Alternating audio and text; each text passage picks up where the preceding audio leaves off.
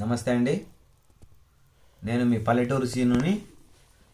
ఈరోజు అంశం ఏమిటంటే భయపెడుతున్న రోడ్డు ప్రమాదాలు.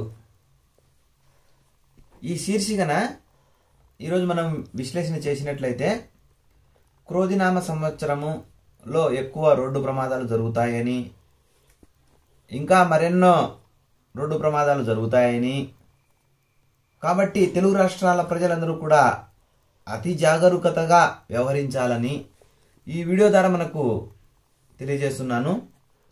ప్రతి ఒక్కరూ ప్రయాణాలు చేసేటప్పుడు జాగ్రత్తగా వ్యవహరించాలని ఈ వీడియో ద్వారా ప్రతి ఒక్కరికి, తెలుగు రాష్ట్రంలో ఉండేటటువంటి అశేష ప్రజానీకానికి పేరు పేరున ఈ వీడియో ద్వారా తెలియజేస్తున్నాను.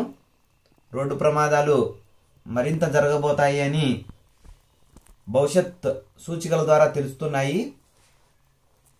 కారణాలు ఏవైనా జరగాల్సిన నష్టం జరిగిపోతుంది.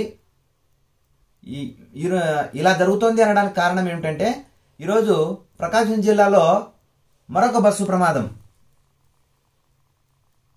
ఆ ప్రమాదంలో ఎంతో మంది గాయాలు అవ్వడం జరిగింది. కాబట్టి మనము ప్రతి ఒక్కరు కూడా జాగ్రత్తగా వ్యవహరించి మనం ప్రయాణంలో అలసత్వం వహించకుండా